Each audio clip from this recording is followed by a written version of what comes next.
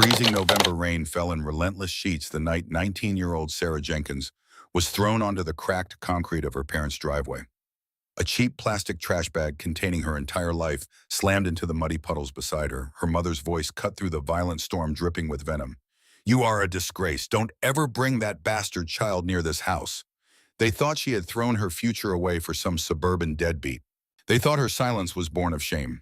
What Richard and Martha Jenkins didn't know was that the child growing inside their banished daughter belonged to the most dangerous man on the eastern seaboard. In 2023, over 400,000 Americans were reported missing. 15% were never found. This is not one of those stories. This is the story of a girl who saved a dying stranger in the woods, and how that single act of compassion would pull her into a world where bloodlines meant power, loyalty meant survival, and mercy was a weakness that could get you killed. The Jenkins family resided at 442 Oakwood Drive, the most pristine manicured street in the affluent suburb of Crestwood, Illinois. Every lawn was measured. Every hedge was trimmed to regulation height. Every driveway held a German sedan or American SUV worth more than most families made in a year. Richard Jenkins, the patriarch, was the highly respected principal of Crestwood High and the frontrunner for the district superintendent position. The announcement was scheduled for December 15th. He had worked 23 years for that appointment. His entire adult life had been a calculated climb toward that single moment of validation. His wife Martha was the president of the local historical society and a fixture at the country club. She chaired the garden committee. She organized the annual charity gala. She knew everyone who mattered in 3 counties, and everyone who mattered knew her. In their world, image was not just important. It was the only currency that mattered. Sarah was their only daughter. At 19, she was supposed to be preparing for her second semester of nursing school at Northwestern University. She had been accepted with a partial academic scholarship, the pride of her father's carefully constructed legacy. She was quiet, compassionate, and inherently different from the status-obsessed people who raised her. While Martha spent her weekends hosting luncheons and charity brunches, Sarah spent hers hiking the dense, untamed woods of the Black Creek Ravine that bordered the edge of their wealthy subdivision. It was the one place in Crestwood where appearances didn't matter, where the trees didn't care about your last name or your father's position, where the only sound was wind through the canopy and the rush of water over ancient stone. It was the morning of October 14th when the carefully constructed facade of the Jenkins household shattered. Sarah had been violently ill for 2 weeks. She had blamed it on a stomach bug stress from midterm's bad cafeteria food. But when Martha found the discarded pregnancy test wrapped in layers of toilet paper at the bottom of the bathroom trash can, the house erupted. Richard locked the front door and drew the heavy curtains, terrified that a neighbor might somehow sense the scandal radiating from their pristine colonial home. "Who is it?" Richard bellowed, his face a horrifying shade of plum as he paced the length of their pristine living room. The cream-colored carpet showed every footprint. The furniture was arranged at perfect 90-degree angles. Everything in the room was controlled, measured, acceptable. Everything except his daughter. "Is it Tyler from the debate team? Did you let that boy from the auto shop touch you? Tell me who ruined my career, Sarah." Sarah sat on the edge of the cream-colored sofa, her arms wrapped protectively over her stomach. She was trembling, but her jaw was set. 3 months pregnant, 12 weeks of secret morning sickness. 12 weeks of hiding the truth. "It doesn't matter," she whispered, her voice barely carrying over her father's rage. "Doesn't matter," Martha shrieked, clutching her pearl necklace as if Sarah had physically struck her. "You are 19 years old. You are carrying an illegitimate child in a town where everyone knows our name. Dr. Harrison at the clinic is a family friend. How am I supposed to look him in the eye when you go in for a prenatal exam?" She stepped closer, her voice dropping to a hiss. "You will tell us the name of this boy, and we will handle it. We will send you to your aunt in Florida until this mistake is dealt with."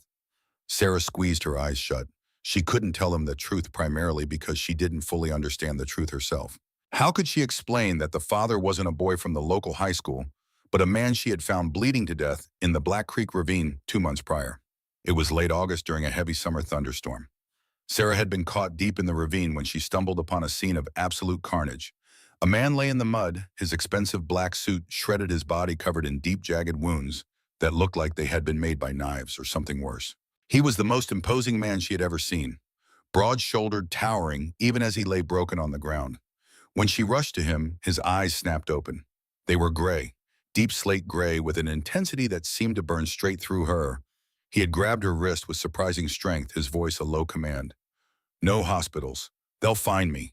Driven by her nursing student instincts, Sarah had half dragged, half carried the massive stranger to an abandoned hunting cabin her grandfather used to own hidden deep within the trees.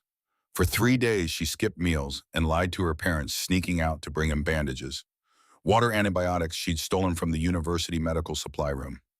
He called himself Dom. He never gave a last name. The most shocking part wasn't his resilience. It was how his horrific wounds seemed to heal at an impossible rate. By the third night, the fever broke. The air in the tiny cabin had grown heavy with an unspoken tension. Dom had looked at her with those piercing gray eyes, not with the gratitude of a patient, but with a fierce intensity that made her breath catch. "You saved my life," he said, his voice rough. "Why?" "Because you were dying," Sarah said simply. "Most people would have called the police. You asked me not to." Something shifted in his expression. He reached out his scarred hand, cupping her face with surprising gentleness. "What's your name, Troro?" "Just Troro." She nodded, not wanting to give more, not wanting to connect her pristine Crestwood life with whatever dangerous world this man inhabited. Dom studied her face like he was memorizing it. Then he pulled her close, and Sarah didn't resist. The kiss was inevitable, electric, like touching a live wire. That night, on the dusty cot of the hunting cabin, she surrendered to something she couldn't name or fight. When she woke the next morning, the cabin was empty. The only proof that Dom hadn't been a fever dream was a heavy silver ring left on the pillow beside her, a band etched with the crest of a wolf howling at a crescent moon, and a note written in harsh, angular handwriting, "You saved a king." Back in the living room, Richard's voice snapped her to the present. "If you do not give me a name this instant, Sarah, you will pack your things." Sarah looked up at her parents. She saw no love in their eyes, only the cold calculation of public relations. She reached into her pocket, her fingers brushing against the cold metal of the silver ring she kept hidden on a chain. "I won't tell you," Sarah said, her voice steadying, "and I'm keeping my baby." The silence that followed was absolute. Richard stared at her, his expression hardening into a mask of pure ice. Then he spoke, and his words landed like a death sentence. "You are no daughter of mine." Within the hour, the heavy oak door slammed shut. The deadbolt clicked with terrifying finality.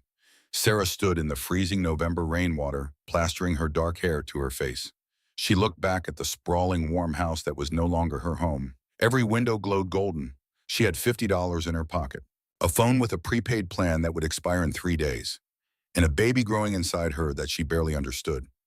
With a trembling breath, she picked up the soaking garbage bag, wrapped her thin coat tighter around her body, and began the long walk toward the train station. The train ride from Crestwood to Chicago took 90 minutes. Sarah sat in the back of the near-empty car, her garbage bag on the seat beside her, and watched the suburbs blur into industrial zones, then into the sprawling chaos of the South Loop. She had been to Chicago exactly 3 times in her life. She knew nothing about surviving here. The station spat her out onto a rain-slicked street corner at 11 p.m. The November wind cut through her thin coat like a knife. Around her, the city pulsed with noise and light, and the kind of danger that didn't exist in Crestwood. At Wabash Avenue, she found a building with a faded vacancy sign duct-taped to a cracked window. The landlord was a woman in her 60s, chain-smoking menthols and watching a game show.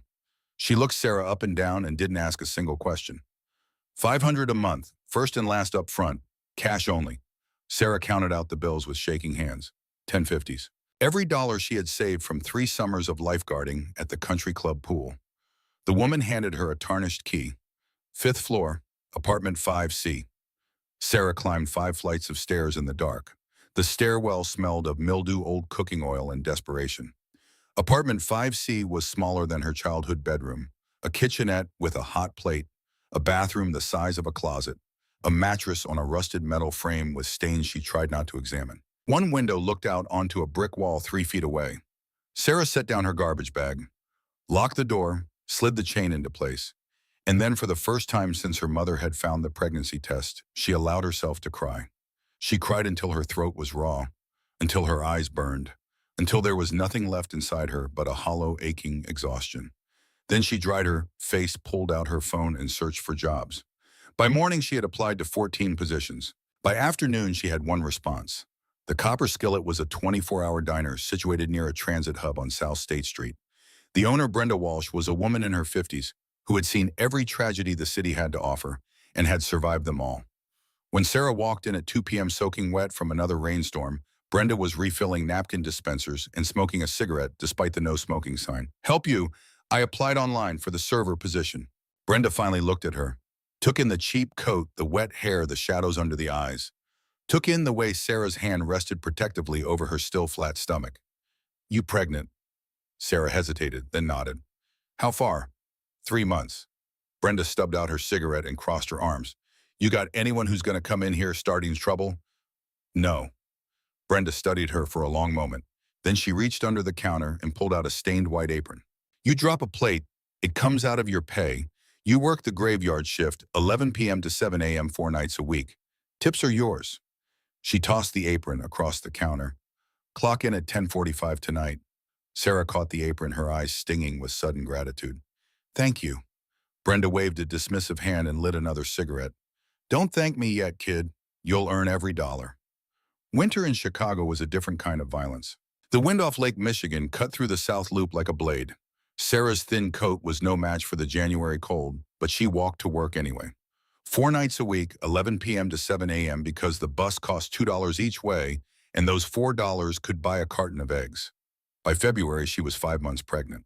The curve of her stomach was undeniable now, visible even beneath the oversized uniform shirt Brenda had quietly left in her locker. The pregnancy was unlike anything the prenatal books described. She was ravenously hungry all the time, not for sweets or pickles, but for meat. Rare steaks, burgers dripping with blood, protein in quantities that seemed impossible. She ran hot, a constant low-grade fever that the free clinic doctor dismissed as stress. She would sleep without blankets even as December frost crept across the glass, and her senses sharpened. She could hear conversations 3 apartments down, could smell the ozone in the air minutes before a snowstorm rolled in from the lake. She assumed it was exhaustion. Hormones.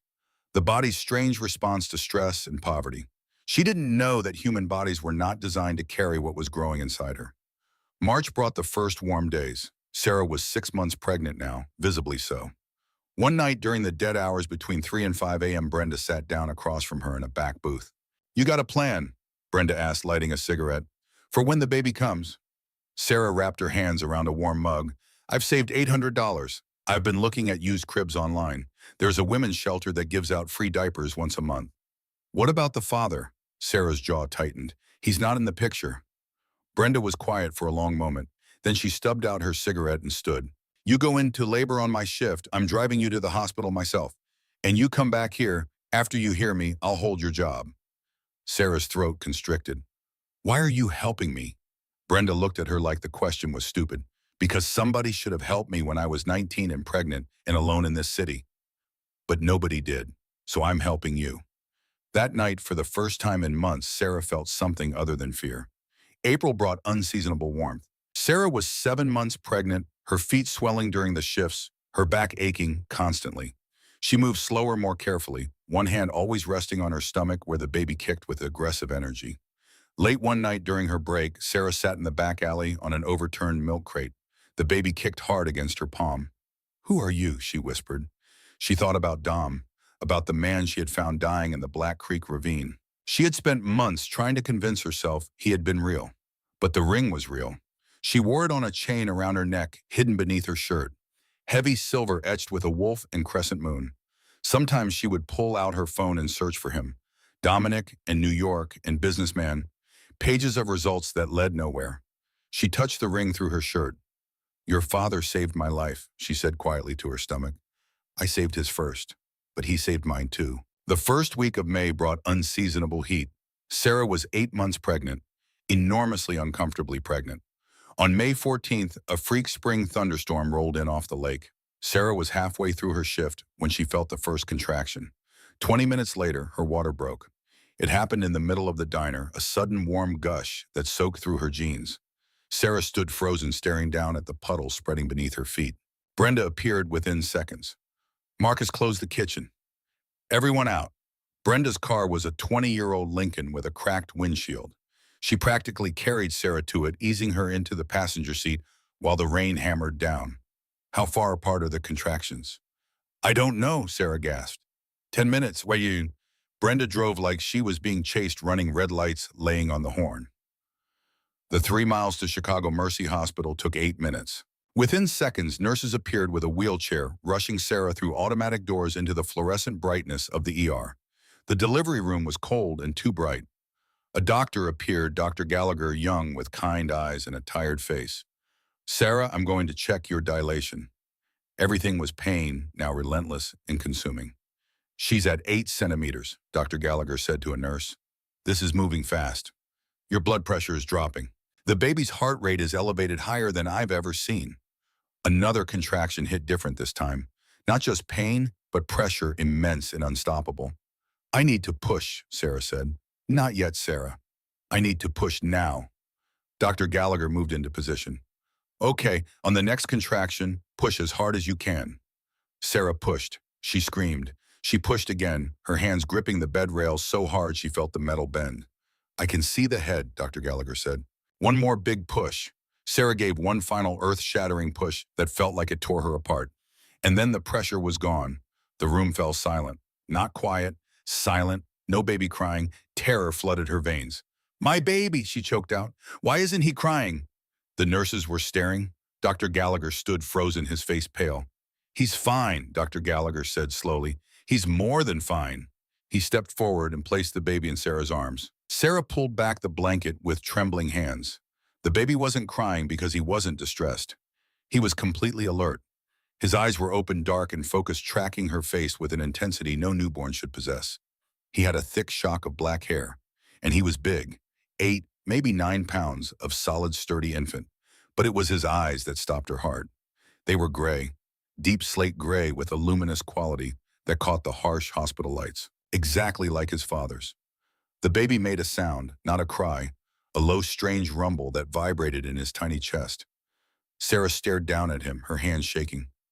Hello, Leo, she whispered. Leo blinked slowly and made that sound again.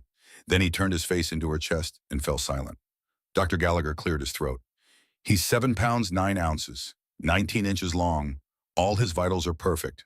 Better than perfect, actually. Brenda was waiting in the hallway, still in her grease-stained uniform. Boy or girl? Boy, Leo. Brenda peered at the bundle in Sarah's arms. Her weathered face softened. He's beautiful kid. You did good. Sarah stayed in the hospital for 2 days. Leo didn't cry, not once. He would wake, make that strange rumbling sound, nurse with aggressive efficiency, and fall back asleep. He was warm to the touch, his tiny body radiating heat. On the morning of the 3rd day, Dr. Gallagher discharged them. Sarah dressed Leo in the only outfit she'd brought, a simple blue onesie from Goodwill. She carried her son out of Chicago Mercy Hospital into the bright May afternoon. She had no car seat, no stroller, just her arms and determination. The walk back to Wabash Avenue took 40 minutes. By the time she climbed 5 flights, her legs were shaking and her stitches burned. But she made it. She unlocked the door to 5C and stepped into her small sanctuary. She laid Leo in the used bassinet she'd set up, the one with the wobbly legs stabilized with folded cardboard. It's just you and me, Sarah whispered, but we're going to be okay. Leo made that rumbling sound again, and somehow, impossibly, Sarah believed it. The first month was a blur of sleepless nights. Leo wasn't like the babies in the books. By 6 weeks, he could hold his head up completely steady. By 3 months, he was rolling over both ways. By 4 months, he was sitting up unassisted. Sarah went back to work when Leo was 6 weeks old. She had no choice. Ms. Higgins, the elderly woman 3 doors down, agreed to watch Leo for $20 a night. She was in her 70s, legally blind from diabetes. The arrangement worked because Ms. Higgins couldn't see the strange things about Leo, couldn't see the unusual strength in his grip, couldn't see the way he never cried. Summer turned to fall. By 6 months, Leo was crawling with a fast, efficient movement that looked almost predatory. By 8 months, he took his first steps. Leo didn't talk. He made sounds, that strange rumbling purr, but no babbling. Sarah sometimes wondered if he was delayed, but then she would see how he responded to complex instructions, and she knew he wasn't delayed. He was choosing not to speak. Winter came again.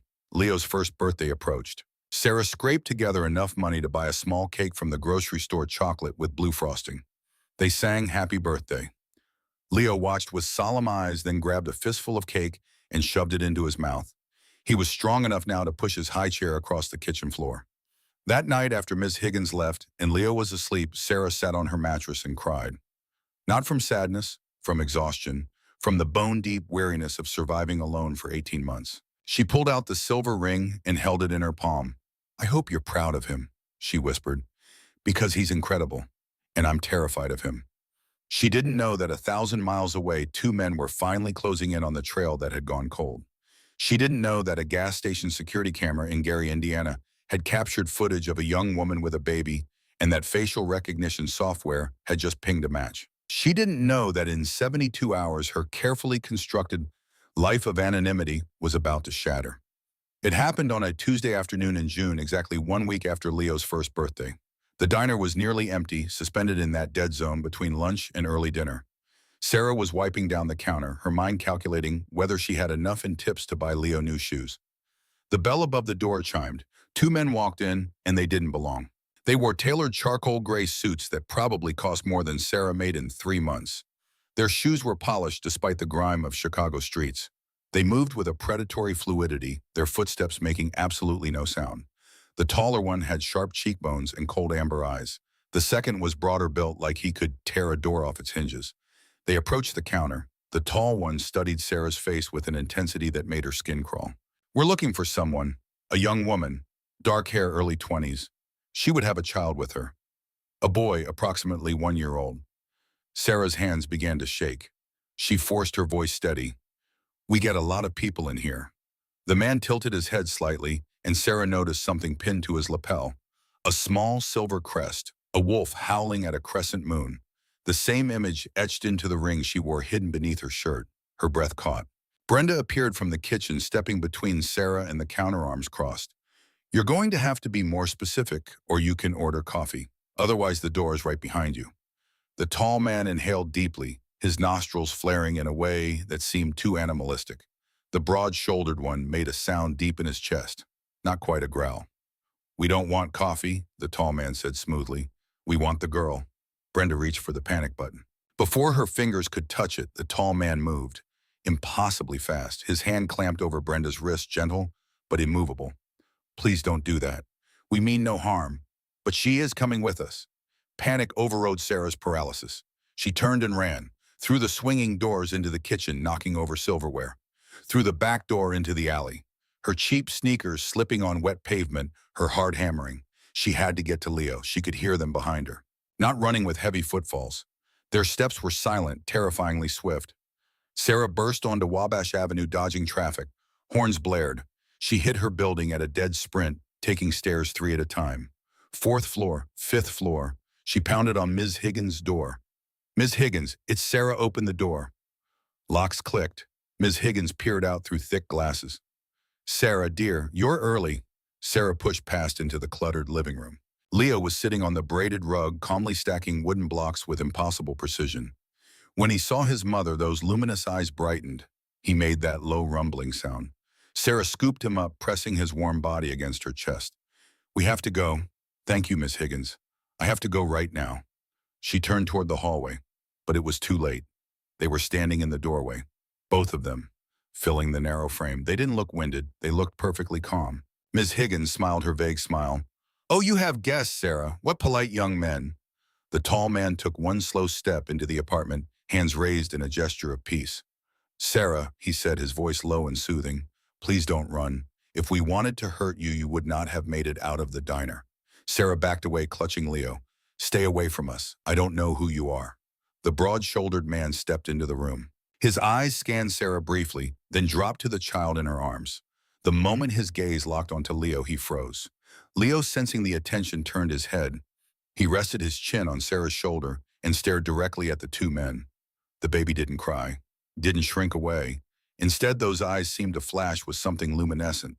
And he made a sound, not the usual rumble, but something sharper, a short guttural bark that echoed in the small room. The reaction was instantaneous. Both men dropped to their knees on Ms. Higgins' worn carpet. They bowed their heads, exposing their throats in a gesture that felt ancient. "Goddess above," the broad one whispered, his voice trembling. "The gray eyes. He is the heir." Sarah stared, her mind struggling to process what she was seeing. "What are you doing?" she demanded. "Get up."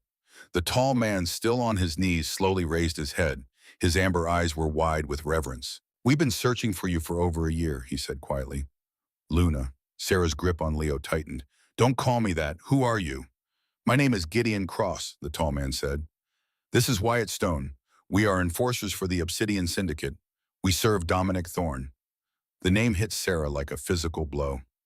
Dominic? Dom, the man from the cabin. He's alive, she whispered. Gideon's expression softened. Yes, very much alive. And he has torn the eastern seaboard apart looking for you.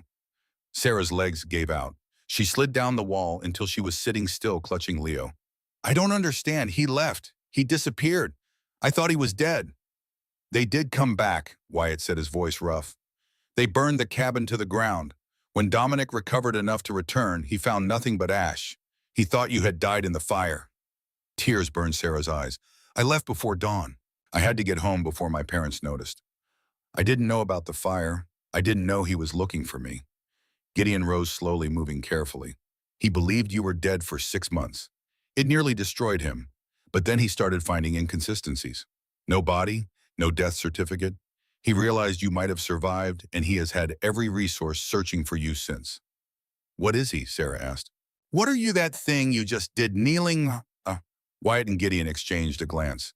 Dominic Thorne is the head of the Obsidian Syndicate, the most powerful criminal organization on the East Coast. But he is more than that. Much more.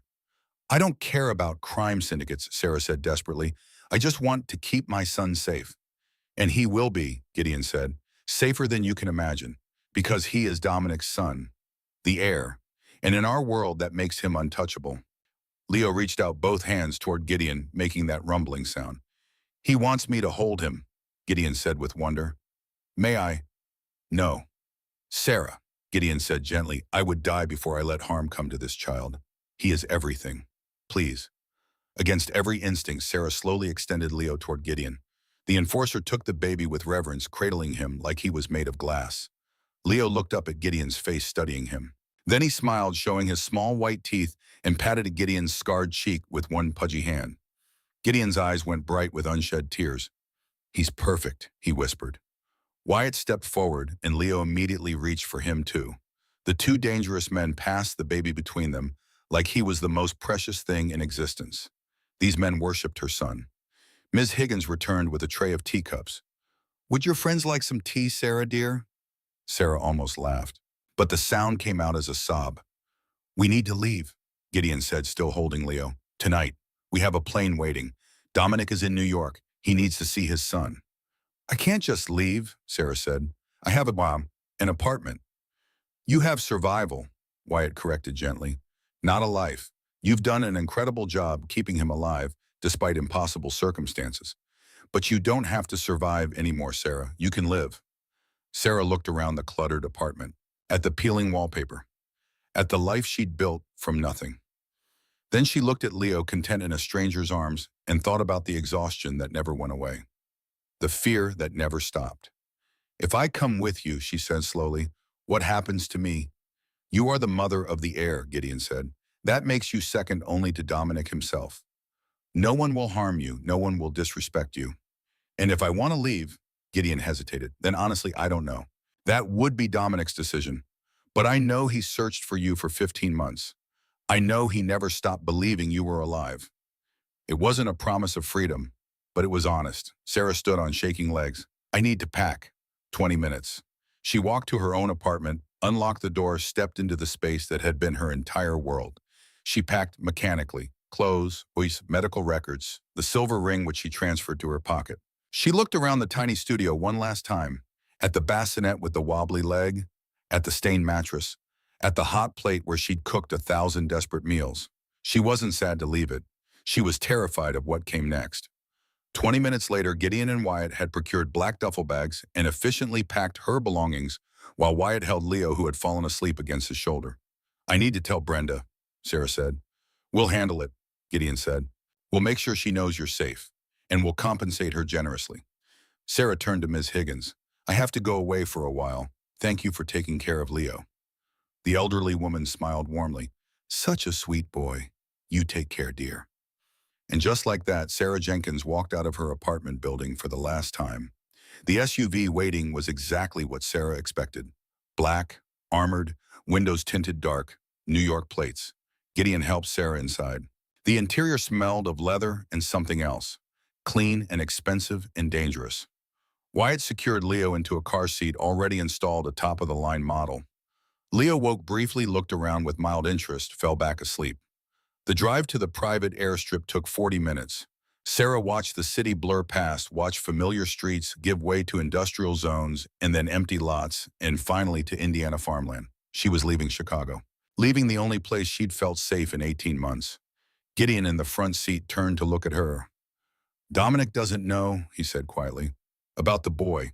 We wanted to be certain before we told him. We've had false leads before. It destroyed him every time. Sarah's throat tightened. What is he going to do when he sees Leo? Gideon's expression softened. I honestly don't know. But Dominic Thorne is the most dangerous man I've ever known. He has ended lives without hesitation. He has built an empire on fear and loyalty, but he believed you died because of him, and that guilt has been eating him alive. He paused. Seeing you alive will break him. Seeing his son will remake him. The plane was waiting, small but luxurious, a private jet with seating for 8. Sarah had never been on a plane before. They boarded. A flight attendant showed Sarah how to buckle in, offered water and food she was too nervous to accept. Leo woke as the engine started. He looked around the cabin with bright, curious eyes showing no fear. The plane lifted into the darkening sky, and Sarah watched Chicago disappear beneath the clouds. Somewhere ahead in the mountains of New York, the father of her child was waiting. A man she'd known for 3 days. A man who was apparently a crime lord. A man who had searched for her for 15 months. Sarah held Leo close and tried not to think about what would happen when they landed. But her hand kept drifting to the silver ring in her pocket. The jet climbed into the night sky. Gideon settled into the seat across from Sarah, pulling out a tablet, but his eyes kept drifting to Leo, who sat on Sarah's lap, fascinated by the airplane window. I need to brief you before we land, Gideon said finally. You need to understand what you're walking into. Sarah tore her gaze from the clouds below. Tell me. Gideon set down the tablet. Dominic Thorne controls everything from Boston to Baltimore. Legitimate businesses, real estate, shipping, security firms. But underneath, there's the real empire. Protection, smuggling, information brokerage. He doesn't deal drugs, doesn't touch human trafficking. Those are lines he won't cross. But everything else is his. Sarah's stomach twisted. And you expect me to raise my son in that world? Your son is already part of that world, Wyatt said from across the aisle. The moment he was conceived, his fate was sealed, but that doesn't mean he's in danger. It means he's the most protected child on the eastern seaboard. Gideon leaned forward. There's something else you need to know about what happened 15 months ago when you found Dominic in the ravine. Sarah's hand instinctively went to the ring in her pocket. He said people were trying to kill him. A faction within the syndicate attempted a coup, led by Marcus Kane and his daughter Victoria. They ambushed Dominic near Crestwood, left him for dead. They thought they'd won. Gideon's expression darkened. But Dominic survived. You saved him. And when he was strong enough, he came back and he ended them. All of them, except Victoria. Why spare her? Because she had powerful connections. Her father was dead, but she had allies in the Ironwood Syndicate, a rival organization upstate. Killing her would have started a war Dominic wasn't ready for while consolidating power. Sarah processed this slowly. Where is she now? She's been angling for position for 2 years. She expected to become Dominic's partner, to merge the syndicates through marriage. It was an arrangement that made political sense. But Dominic kept delaying. Wyatt laughed without humor. Because he was searching for a dead girl. Drove Victoria insane. Sarah looked down at Leo, who was starting to doze against her chest. She's going to hate me. She already does, Gideon said bluntly. The moment we radioed ahead that we found you, that you have Dominic's son, her entire world collapsed. She'll be dangerous, Sarah. You need to be prepared. I've survived 18 months in the South Loop, Sarah said quietly. I think I can handle one angry woman. Gideon smiled, and for the first time it looked genuine. I believe you can. The flight took 3 hours. By the time they began descent, it was past midnight. Sarah looked out the window and saw nothing but darkness and the jagged silhouettes of mountains against a star-filled sky. They landed at a private airstrip carved into a valley surrounded by dense forest. The moment the plane door opened, Sarah felt the temperature drop. It was at least 20 degrees colder than Chicago, the mountain air sharp and clean. A convoy was waiting, 3 black SUVs identical to the one in Chicago. Armed men in dark suits stood at attention beside each vehicle. Gideon helped Sarah down the stairs, and immediately every man present turned to look at her. Their expressions were carefully neutral, but she could feel the weight of their assessment. The mother of the air, the woman who had brought their boss to his knees. Leo woke as they transferred to the middle SUV. He looked around at the unfamiliar faces with his usual calm curiosity, and Sarah saw more than one hardened criminal's expression soften when they caught sight of those eyes. The drive took another 40 minutes, winding up a mountain road that seemed designed to be defensible. Sarah counted at least 4 checkpoints, each manned by armed guards who waved them through when they saw Gideon. Then around a final curve, the Blackwood estate came into view. It wasn't a house, it was a fortress. Built directly into the mountainside, the structure was a combination of dark stone and floor-to-ceiling glass that managed to look both ancient and modern. Lights blazed from dozens of windows, and in the circular courtyard at the front, at least 200 people were gathered. "What is this?" Sarah asked, her voice tight. Everyone wanted to see, Wyatt said simply. "The heir, the woman who saved the boss. This is history, Sarah." The SUV pulled to a stop and the crowd fell silent. Gideon opened the door and offered his hand. Sarah took it, stepping out into the cold mountain air with Leo in her arms. The baby's weight was familiar grounding. She held him close and forced herself to meet the eyes of the crowd. They were all watching her, men and women, young and old, all dressed in expensive dark clothing. All silent, all waiting. Then the crowd parted, and Dominic Thorne walked down the wide stone steps of the manor. Sarah's breath caught in her throat. He looked exactly as she remembered, and completely different. The same towering frame, easily 6'3", broad-shouldered and powerfully built. The same dark hair, though it was cut shorter, now swept back from a face that could have been carved from granite. But the eyes were what stopped her heart. Gray eyes exactly like their son's, burning with an intensity that made the air around him seem to crackle. He wore a tailored black suit that probably cost more than Sarah had made in her entire life. A thin scar ran along the left side of his neck, disappearing beneath his collar. Evidence of the wound she'd treated in the cabin. He walked toward her with the coiled grace of a predator, and the crowd seemed to hold his collective breath. 20 feet away, he stopped. His eyes locked onto Sarah's face, and for a moment he looked like he'd been shot. His chest heaved with a single shuddering breath. "You're alive," he said, and his voice was exactly as she remembered. Deep, rough, the kind of voice that commanded obedience without trying. Sarah couldn't speak, could only nod. Then Dominic's gaze dropped to the child in her arms, and the world seemed to stop spinning. Leo, sensing the attention, turned his head to look at the man. Father and son stared at each other, gray eyes, meeting gray eyes, and something passed between them that Sarah couldn't name. Dominic took a step forward, then another, moving slowly like he was approaching something sacred. He stopped directly in front of Sarah, so close she could feel the heat radiating from his body. "A son," he breathed, and the word carried the weight of a shattered world being made whole. Carefully, reverently, he reached out with one scarred hand and touched Leo's cheek with his knuckles. Leo didn't pull away. He stared at Dominic, then reached out one small hand and grabbed Dominic's finger with surprising strength. The most dangerous man on the eastern seaboard visibly trembled. Then slowly he dropped to one knee on the cold stone courtyard, bringing himself to eye level with his son. "Hello, Leo," he whispered. The baby made that rumbling sound, and Dominic's eyes went bright with unshed tears. Behind them, Sarah heard Gideon's voice, quiet but carrying. "All hail the heir of the Obsidian Syndicate."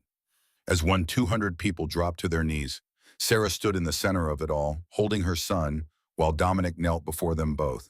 And she understood with perfect clarity that her life had just changed in ways she couldn't begin to comprehend. Dominic stood slowly, never leaving Leo. Then he looked at Sarah, really looked at her, and his expression shifted into something fierce and possessive. "You're never leaving my sight again," he said, and it wasn't a request. Before Sarah could respond, Dominic wrapped his arms around both of them, pulling Sarah and Leo against his chest. He buried his face in Sarah's neck, inhaling deeply, and she felt him shake with emotion he was barely containing. "I thought you were dead," he said against her skin. "I burned the world looking for your body, and you were alive. You were alive and carrying my son and surviving alone, and I didn't know I couldn't find you." "I'm here," Sarah whispered, and her free hand came up to rest on his back. "We're here, we're okay." Dominic pulled back just enough to look at her face. His thumb traced the dark circles under her eyes, the hollows in her cheeks. "You're not okay. You're exhausted. You're underweight, but you kept him alive. You kept my son alive against impossible odds." His voice dropped even lower. "You're the strongest person I've ever met." Then he turned to address the crowd, his arms still around Sarah's shoulders, claiming her in front of everyone. "This is Sarah Jenkins, the mother of my heir. She will be treated with absolute respect and given everything she needs. Anyone who harms her, insults her, or questions her authority will answer to me personally. His eyes found someone in the crowd and his expression went cold. Is that understood, Victoria? A woman stepped forward from the crowd and Sarah's stomach dropped. Victoria Kane was stunning, tall, athletic with blonde hair and ice blue eyes that were currently burning with barely controlled rage. She wore a blood-red dress that clung to her curves and she looked at Sarah like she wanted to peel the skin from her bones. But she bowed her head. Understood, Dominic. Address her correctly, Dominic said, his voice dropping into something dangerous. Victoria's jaw clenched so hard Sarah could see the muscle jump. Understood, Luna. The title hung in the air. Sarah didn't know what it meant, but she could feel the weight of it, the finality.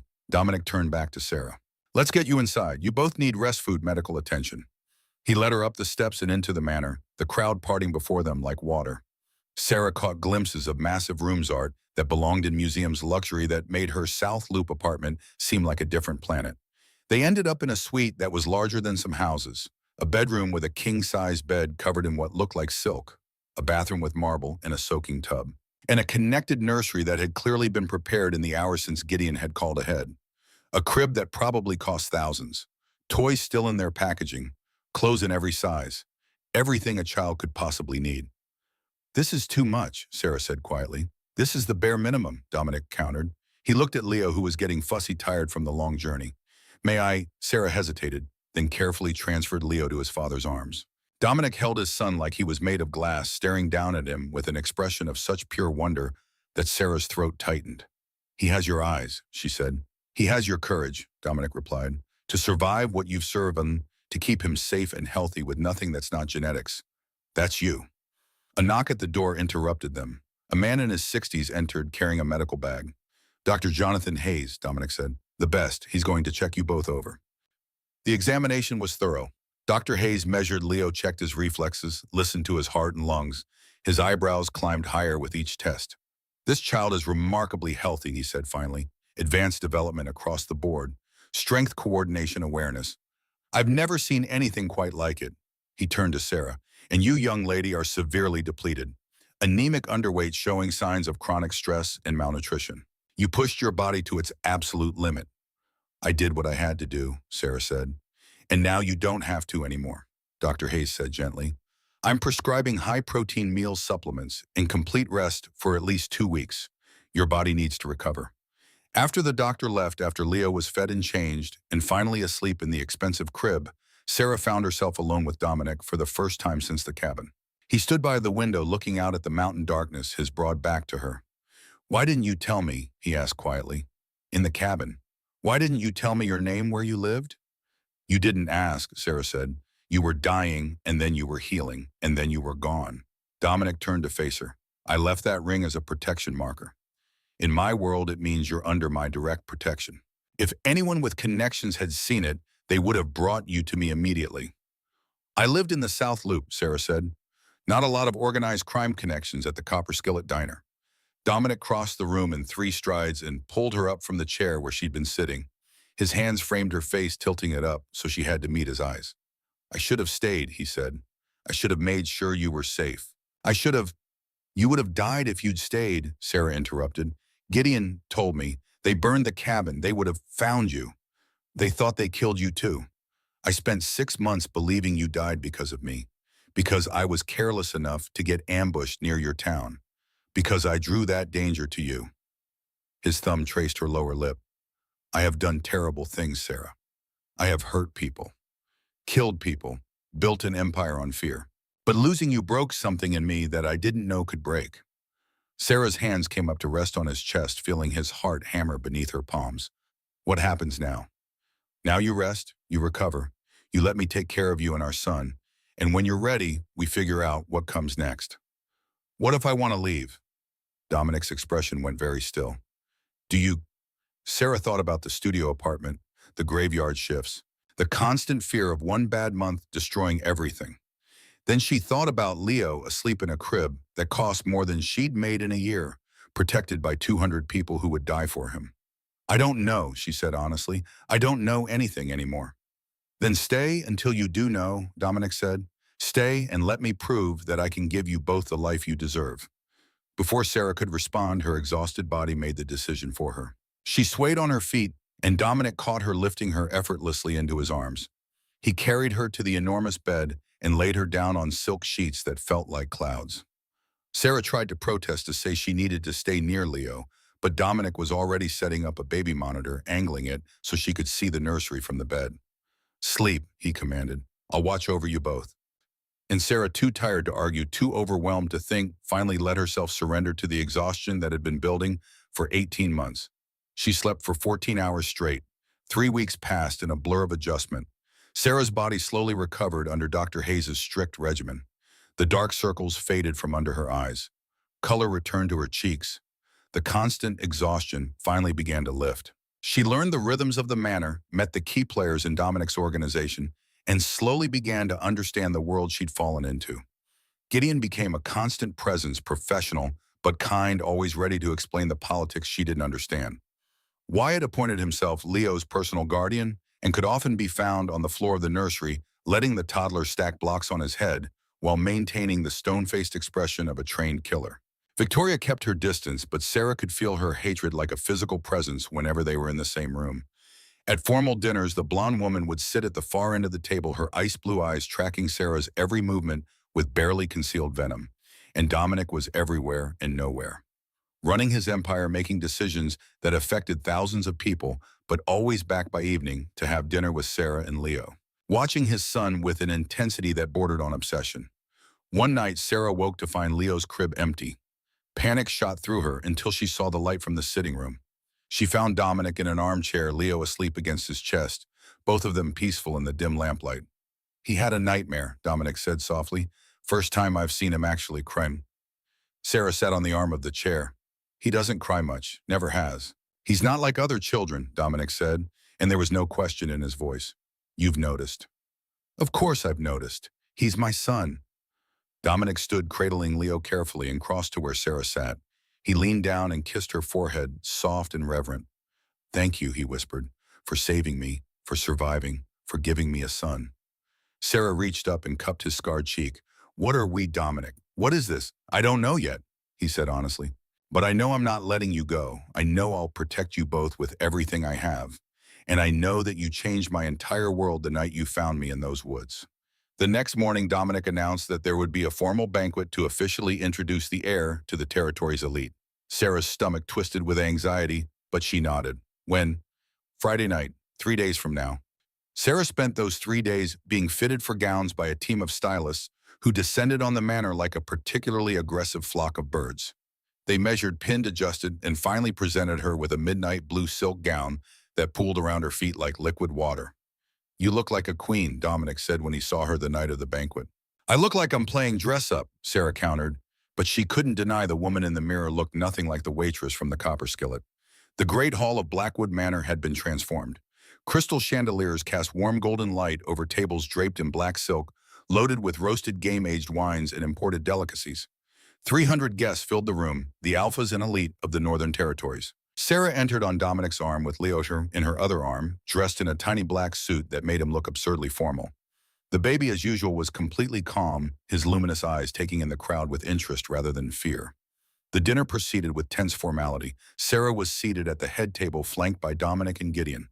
Across the room at a table reserved for high-ranking members sat Victoria Kane. The blondie woman had a tight, polite smile plastered on her face, but she hadn't taken her eyes off Sarah all evening. As the dessert course was being cleared, the sabotage began. A young server, his eyes darting nervously toward Victoria's table, approached the head table carrying a heavy silver tray of crystal water goblets. As he stepped behind Sarah's chair, his foot caught on the edge of the heavy rug. He stumbled forward. The tray tilted. 3 heavy crystal glasses filled with freezing water and jagged ice hurtled directly toward Sarah's back, and Sarah was currently holding Leo against her chest.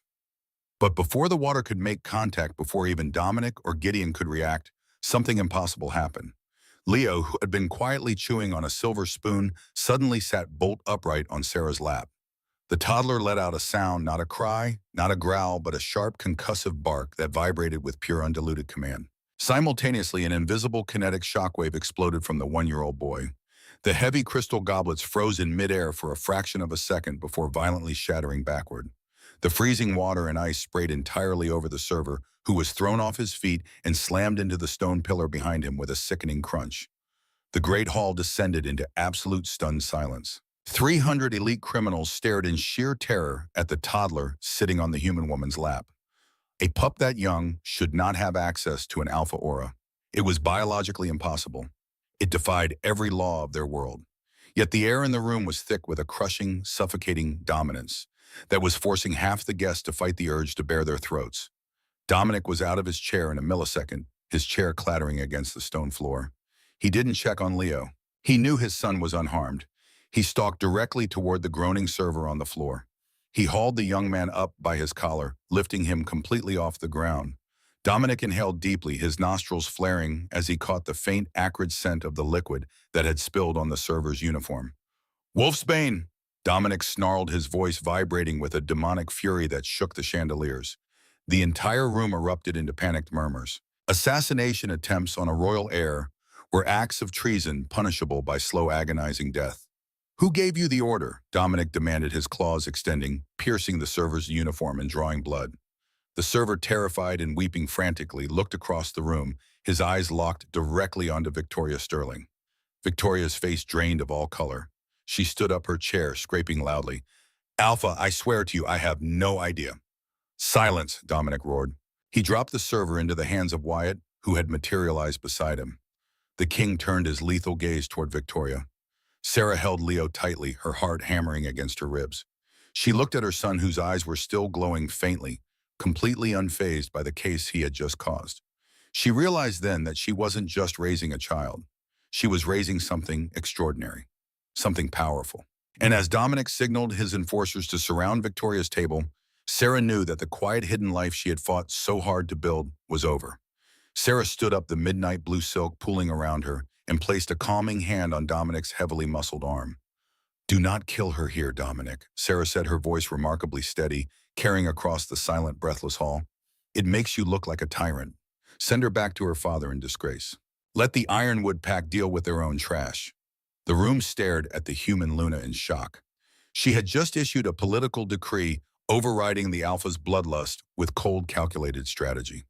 Dominic looked down at his mate, the feral rage in his eyes slowly receding, replaced by a profound, burning pride. He turned back to the trembling blonde woman. "You heard your queen," Dominic decreed coldly.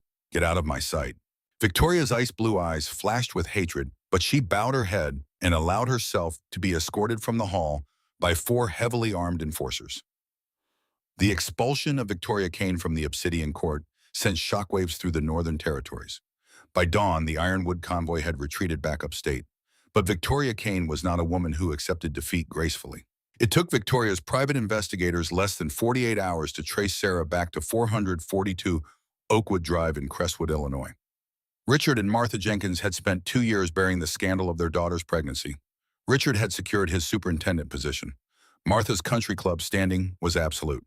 When Victoria stepped out of a sleek limousine and into their pristine living room 3 days after the banquet, she spun a masterful web of lies that played directly to their greed. "Your daughter has entangled herself with a dangerous syndicate in New York," Victoria lied smoothly, sipping from a porcelain teacup. "The man she is with, Dominic Thorne, is a billionaire with unsavory connections. She used her child to trap him. I represent legitimate partners who wish to see her removed before she causes a massive public scandal, one that would drag your family name through the mud." Martha gasped, clutching her pearls. "I knew she would ruin us." "There is a solution," Victoria continued, placing a thick envelope on the glass table. "Dominic is hosting a highly publicized charity gala at the Pierre Hotel in Manhattan this Friday. If you were to show up publicly, confront her, and threaten to seek emergency custody of the child, it would shatter her fabricated image. Dominic despises public embarrassment. He would cast her out instantly." She paused for effect. "In exchange, my associates will offer a $5 million donation to a charity of your choosing." Richard stared at the envelope. $5 million. They didn't care about Sarah or the grandchild they had never met. They only saw profit. "We will be there," Richard agreed, his voice hard. Friday night in Manhattan was a spectacle of wealth and power. The grand ballroom of the Pierre Hotel glowed under crystal chandeliers. Human billionaires mingled while the room was secured by Dominic's elite forces in expensive suits.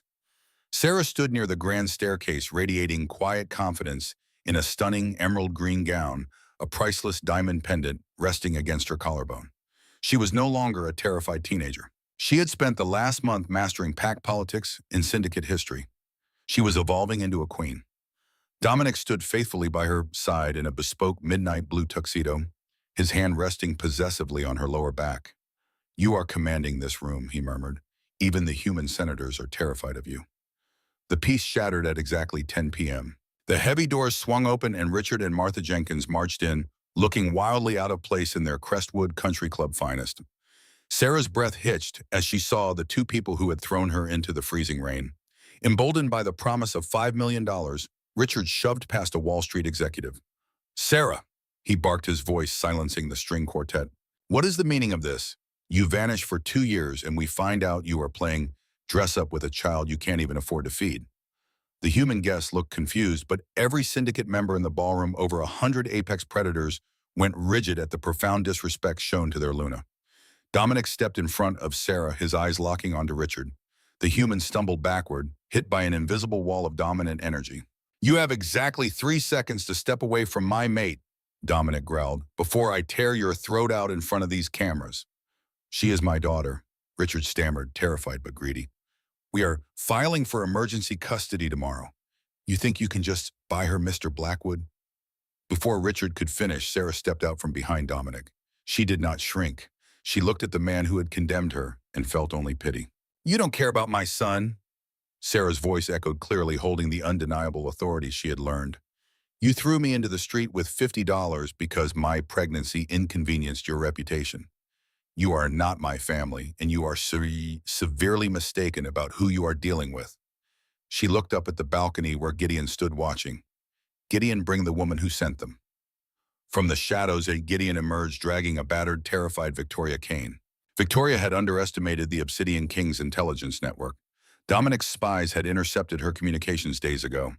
Gideon threw Victoria onto the marble floor at Dominic's feet. "Treason," Dominic decreed, his voice like a gavel. "You conspired to threaten the Luna and the Crown Prince. The Ironwood Treaty is dissolved. You are stripped of your title and will spend the rest of your life in the Obsidian dungeons." As enforcers dragged the screaming Victoria away, Richard and Martha stood frozen in absolute terror. They had walked into a world of monsters. Dominic turned his lethal gaze back to Sarah's parents, his claws subtly extending. "You have threatened the mother of the heir. In my world, the penalty is death." Martha shrieked, falling to her knees while Richard raised trembling hands. "Please, we were lied to." Dominic stepped forward, ready to strike, but Sarah gently grabbed his wrist. She saw her parents for what they truly were, small and insignificant. "No, Dominic," Sarah said softly. "They aren't worth the blood on your hands." She turned back to them, her eyes cold. "You wanted your $5 million. You'll leave here with nothing. Go back to Crestwood. If you ever say my name again or take one step toward my son, I won't stop him from ripping you apart. Get out."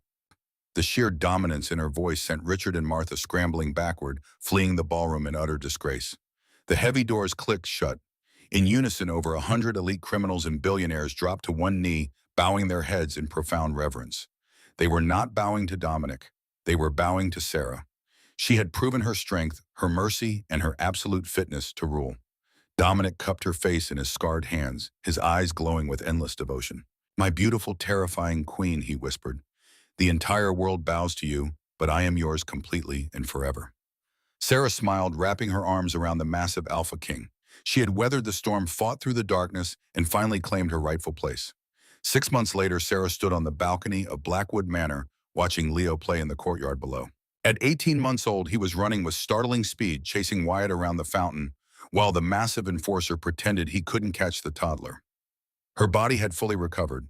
She had gained healthy weight, her skin glowed, and the constant exhaustion that had defined her existence for so long had finally faded.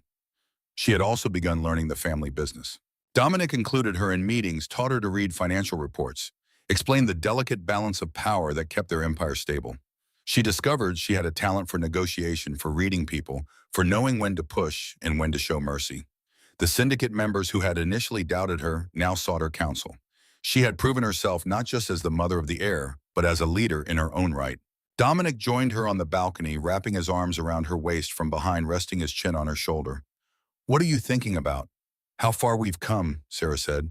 18 months ago, I was sleeping on a stained mattress in a studio apartment, terrified every single day. Now I'm here. You were always meant to be here, Dominic said. You just didn't know it yet. Sarah turned in his arms to face him. I love you, she said. The words came easily now, though it had taken her months to say them the first time. I love you, and I love the life we've built. Dominic's expression softened in a way it only did for her and Leo. I love you, Sarah Jenkins. From the moment you found me bleeding in that ravine, my life became yours. He kissed her slow and deep, and Sarah melted into it. When they finally broke apart, she looked down at the courtyard where Leo had tackled Wyatt and was now sitting triumphantly on the enforcer's chest, giggling with pure joy. He's going to be extraordinary, Sarah said. He already is, Dominic replied. He has your compassion and my strength. He'll be a better leader than I ever was. Than we ever were, Sarah corrected. We're doing this together. Together, Dominic agreed. As the sun set over the Adirondack Mountains, painting the sky in shades of gold and crimson, Sarah allowed herself to feel something she never thought possible. Happiness, true, deep, unshakable happiness. She had been thrown out of her parents' home with nothing but a garbage bag and $50. She had survived pregnancy and poverty and fear. She had raised an extraordinary child alone in a city that didn't care if she lived or died. And now she stood in the arms of the most dangerous man on the eastern seaboard, watching their son play in the courtyard of a fortress built into a mountain, surrounded by people who would die to protect them. Victoria Kane was serving life in the Obsidian dungeons, having failed in her final desperate attempt at revenge. Richard and Martha Jenkins had been quietly convinced by syndicate lawyers to sign away any and all parental rights, ensuring they could never trouble Sarah or Leo again. They had returned to Crestwood in disgrace, and the superintendent position Richard had worked his entire life for had mysteriously been given to someone else. The criminal empire Dominic had built continued to thrive, but it had changed. Sarah had pushed for rules for lines they wouldn't cross. No children harmed. No innocents targeted. The syndicate's power would be used to protect, not just to profit. And slowly, grudgingly, the hardened criminals who made up Dominic's organization had come to respect the human woman who had tamed their king. Leo came running up from the courtyard, his little legs pumping, Wyatt trailing behind him with exaggerated exhaustion. Mama Dada, Leo called out, using the words he had finally started speaking a month ago. Sarah scooped him up, and he wrapped his small arms around her neck, still radiating that unusual warmth, his gray eyes sparkling with joy. Did you tire out Uncle Wyatt? Sarah asked. Uncle Wyatt is getting old. The enforcer deadpanned from behind them, though his scarred face held the ghost of a smile. Dominic ruffled his son's dark hair. Come on, it's time for dinner. They walked inside together, a family forged not through tradition or expectation, but through survival and sacrifice, in an act of compassion in a cabin in the woods. Sarah Jenkins, who had been thrown away like trash, had become the queen of an empire. And she had done it not by being perfect, but by being strong enough to survive when the world tried to break her. That night, after Leo was tucked into bed and the manor had settled into quiet, Sarah and Dominic lay tangled together in their enormous bed. Do you ever regret it? Dominic asked quietly. Staying here, this life. Sarah thought about the question seriously before answering. No, she said finally. I regret that it took so much pain to get here. I regret the 18 months I spent terrified and alone, but I don't regret where we ended up. She turned to face him, her hand resting over his heart. You gave me something I never had in Crestwood. You gave me a family, a real family, one that doesn't care about appearances or status or what the neighbors think, one that would burn the world down to keep us safe. Dominic pulled her closer. Always, he promised. I will always keep you safe. And Sarah believed him. Because she had learned through the hardest possible lessons that sometimes saving someone's life meant they would spend the rest of theirs making sure you never had to save yourself again. Outside, the mountain wind whispered through the trees. Security patrols moved silently through the shadows. The fortress stood strong against the night. And inside, in a room filled with expensive toys and soft blankets, a 1-year-old boy with luminous gray eyes slept peacefully, dreaming of a future where he would inherit an empire built on loyalty, defended by love, and ruled with the fierce compassion his mother had shown when she saved a dying stranger in the woods. The Blackwood legacy had begun not with power or violence, but with a 19-year-old girl who refused to let someone die alone. And that, Sarah thought as she drifted off to sleep in Dominic's arms, was the best foundation any empire could have.